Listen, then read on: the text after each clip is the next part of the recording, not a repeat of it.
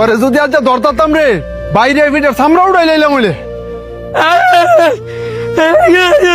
বুবার ঘরের বাবা আরেকদিন যদি খালি গাছের নিচে দেখমু তোরে গাছের লগে বাইন্দা বিডামু।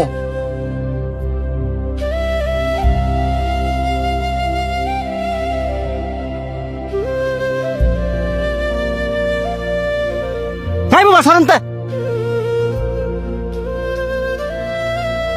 তোরে না করছি এই ময়লা কাগুলি আমার সামনে না আইতি তোর শরীরের গন্ধ যে আমার সহ্য হয় না এটা কি তুই বুঝস না?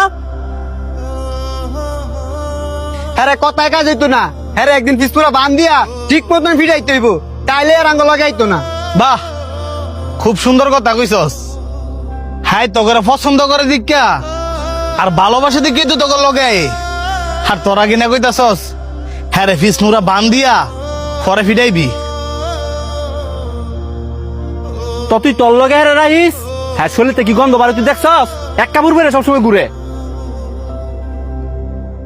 এই যে শার্টটা দেখতেছস এটা আর বাপে পড়তো, আর হ্যাঁ আর বাপের সিরা শার্টটা পরে ঘুরে।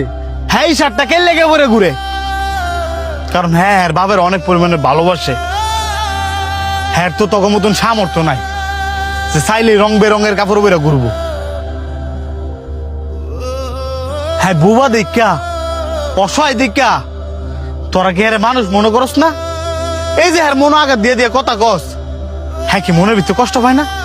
এই তোরা কি জানোস না হ্যাঁ মুখে কইতে না পারলো কানে সবই শুনে।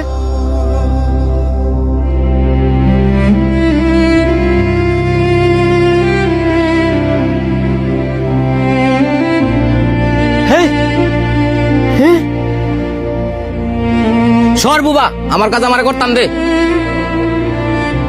কেডা রে আমার আম গাছের নিচে? কাকা ওই যে হ্যাঁ এই বুবাই হ্যাঁ না করার পর ওই গাছ উইডাল দিছে। বুবা তোরে আজকে আমি খাইছি।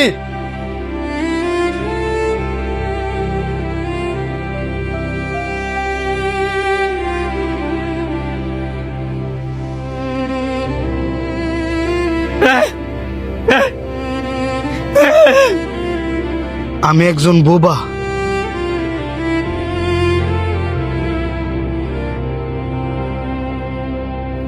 আমি চাইলেও কারোর সাথে কথা বলতে পারি না। সবারই তো মন আছে, আমারও মন আছে।